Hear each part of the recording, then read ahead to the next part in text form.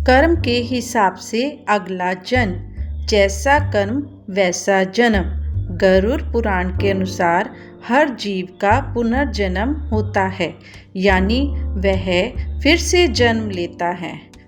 नमस्कार मित्रों, आज इस वीडियो में हम बात करेंगे कर्म के हिसाब से हमारा अगला जन्म कैसे निर्धारित होता है। मनुष्य को कौन सा जन्म मिलेगा, यह उसके कर्म, पूर्व जन्मों के कर्मों पर निर्भर करता है। अगले और पिछले जन्म के बारे में जानने की उत्सुकता अधिकांश लोगों में होती है। अगले जन्म को लेकर लोगों के मन में जिज्ञासा होती है कि वे मनुष्य बनेंगे, पशु बनेंगे, कीड़े मकोड़े या फिर इंसान। कई लोगों के मन में यह भी सवाल आता है कि वह महिला के रूप में जन्म लेंगे या पुरुष के रूप में। हिंदू धर्म में ऐसा उल्लेख मिलता है कि जो इंसान जन्म लेता है उसकी मृत्यु अवश्य होती है। परंतु क्या आप जानते हैं कि मनुष्य मरने के बाद कौन सी योनि में जन्म लेता है? गरुड़ पुराण हिंदू धर्म के महापुराणों में से एक है। इसमें जन्म, मृत्यु और मृत्यु के बाद की घटनाओं का विस्तार पूर्वक वर्णन मिलता है। इस पुराण में कई ऐसी बातें कही गई हैं जिसमें किसी भी व्यक्ति को यह पता चल पाता है कि उसे पूर्व जन्मों के अनुसार अगले जन्म में कौन सा योनि प्राप्त होगी। मृत्यु और मृत्यु के बाद की घटनाओं का पता चलता है। गरुड़ पुराण में भगवान विष्णु और गरुड़ पक्षी के बातचीत को बताया गया है। साथ ही इसमें व्यक्ति के चरित्र के बारे में भी बताया गया है। ईश्वर की दृष्टि में जो अच्छे कर्म करते हैं, यानी जो आप कर्म करते हैं, उसे पुण्य कहा जाता है और बुरे कर्म उन्हें पाप कहा जाता है। गरुड़ पुराण में और कठोपनिषद में उल्लेख मिलता है कि मनुष्य धरती पर जो भी पाप करता है उन सभी पापों की अलग अलग सजा उसे बारी बारी से मिलती है।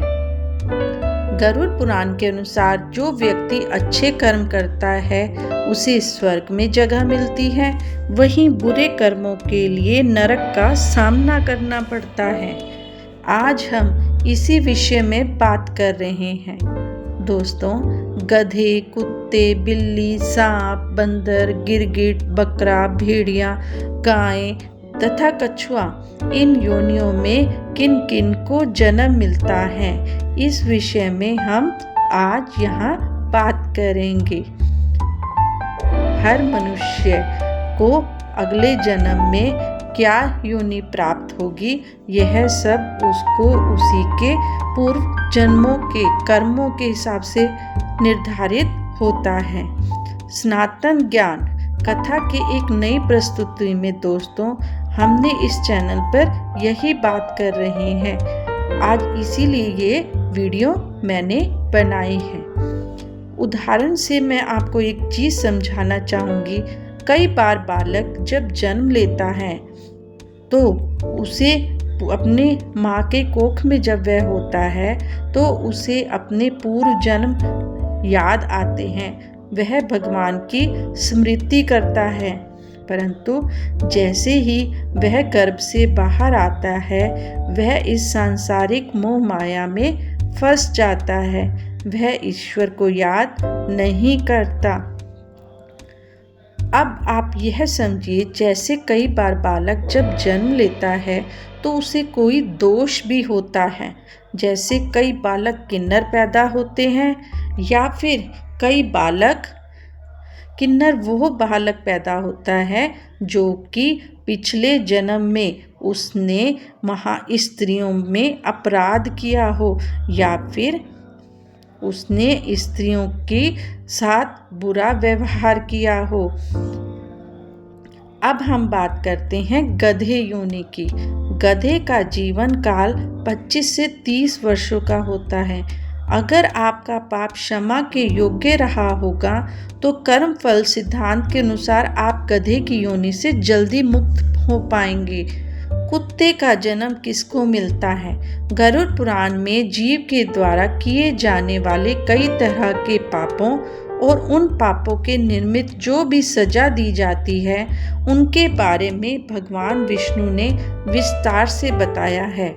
धर्म का अपमान करने वाले, पूजा पाठ ना करने वाले, जो व्यक्ति धर्म, वेद, पुराण जैसे धार्मिक ग्रंथों का अपमान करते हैं, हमेशा धर्म का विरोध करते हैं, ईश्वर के प्रति श्रद्धा भाव नहीं रखते, गरुड़ पुराण के अनुसार ऐसे लोगों का अगला जन्म कुत्ते के रूप में होता है।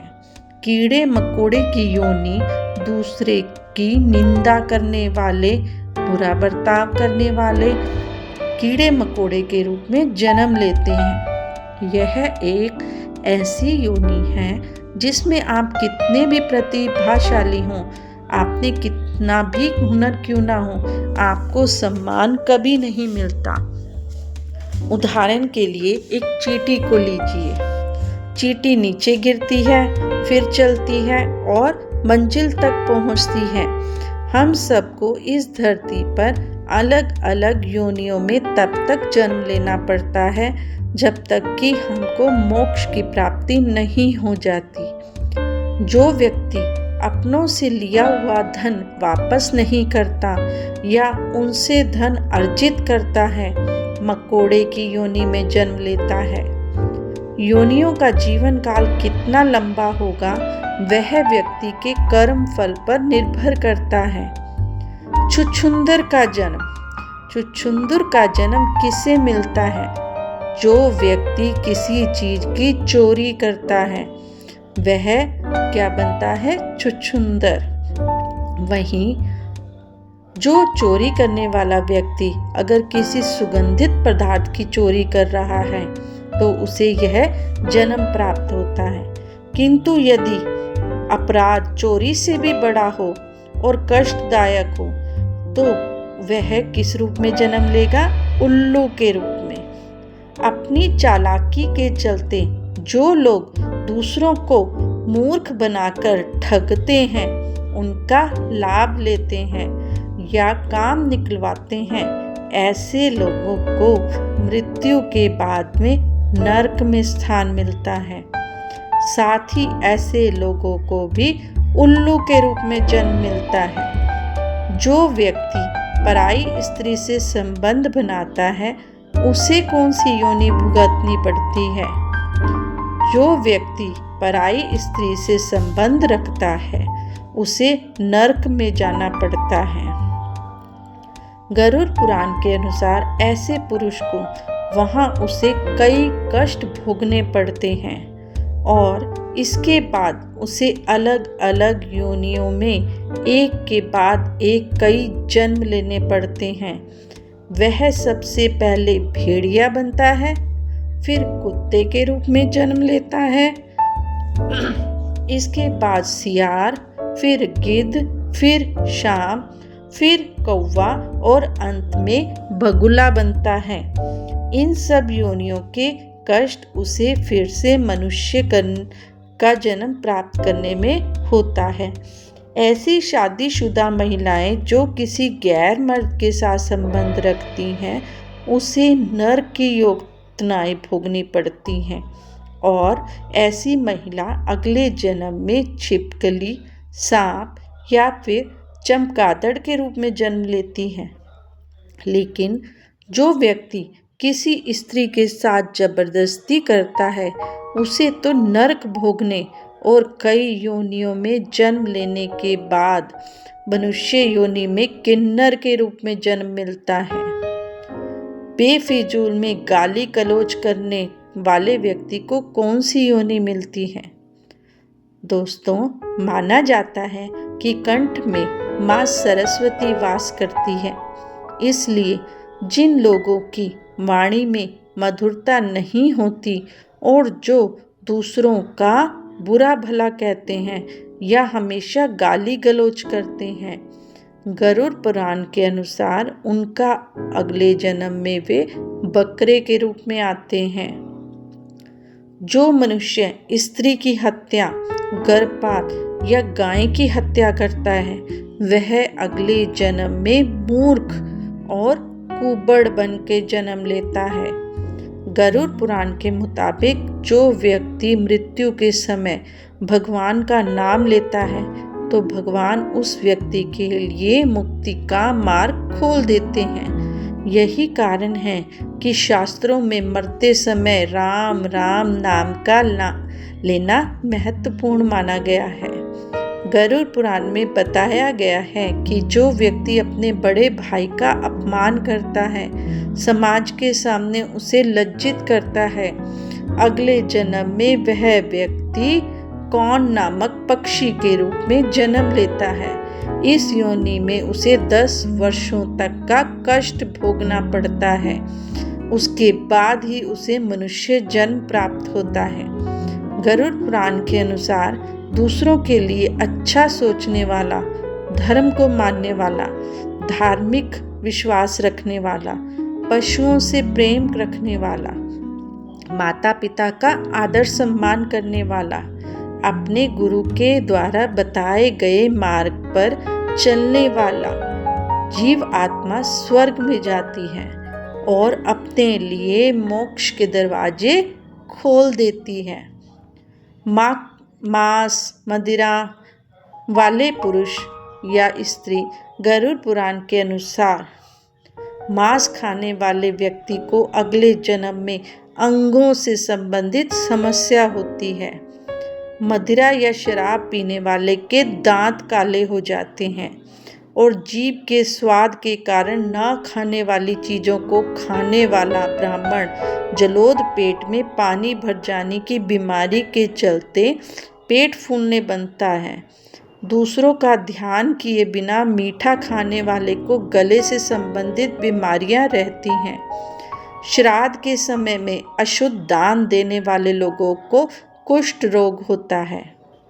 लेकिन दोस्तों, यह सारी बात सुनने के बाद में आपके मन में एक प्रश्न अवश्य होगा कि जब हम अपने पाप कर्मों के अनुसार नरक की सजा भोग लेते हैं तो पुनर्जन्म में सजा क्यों मिलती है? क्यों हमें मनुष्य जन्म नहीं मिलता? इस प्रश्न का उत्तर भगवान विष्णु ने अपने वाहन पक्षीराज गरुड़ को स्पष्ट बताया कि जो गरुड़ पुराण में है। आइए जानते हैं। कई बार जीव आत्माओं के कर्म इतने बुरे होते हैं कि जीव आत्मा को नरक में भोगनी पड़ती हैं, लेकिन अगले जन्म में भी इन कर्मों का बोझा ढोना पड़ता है। जैसे कि किसी महिला के साथ दुष्कर्म करने वाला पापी आत्मा अगले जन्म में किन्नर के रूप में पैदा होता है। जैसे आपने इस वीडियो में सुना कि हमारे धर्म ग्रंथों में कर्म फल का सिद्धांत कहा गया है, यानी कि जैसी करनी वैसी भरनी। पाप बड़ा है तो सजा भी लंबी होगी और अत्यंत दुखदायी भी होगी, और यदि पाप कर्म सामान्य है तो सजा भी कम होगी। दोस्तों, मनुष्य जन्म कितना दुर्लभ है। आप जान ही गए होंगे कि मनुष्य जन्म में जन्म लेना कितना कठिन है। या जीवन मृत्यु के इस कर्म चक्र से निकलना चाहते हैं तो इस जन्म में अच्छे कर्म करें, ईश्वर की भक्ति करें। अभी तो आप मनुष्य जन्म में हैं, इसे पीछे आपका किस योनि में जन्म हुआ, आइए जानें। जाति स्मरण के प्रयोग के लिए ध्यान को जारी रखते हुए आप जब भी सोने जाएं तो अपनी आंखें बंद कीजिए, अपने दिन की दिनचर्या याद कीजिए, फिर सोचिए कि आपने पूरे दिन में क्या अच्छे कर्म किए और इन यादों को, स्मृतियों को अगले दिन भी संजो के रखिए। ध्यान रखिए आप कभी किसी का दिल ना दुखाएं और अच्छे कर्म कीजिए ताकि आप अपने कर्मों को सुधार सकें और मोक्ष की प्राप्ति कर सकें। मित्रों, अगर आपको मेरा ये वीडियो अच्छा लगा हो तो लाइक, सब्सक्राइब और शेयर अवश्य करें और मुझे कमेंट बॉक्स में ऐसे और वीडियो बनाने के लिए भी प्रेरित करें। धन्यवाद।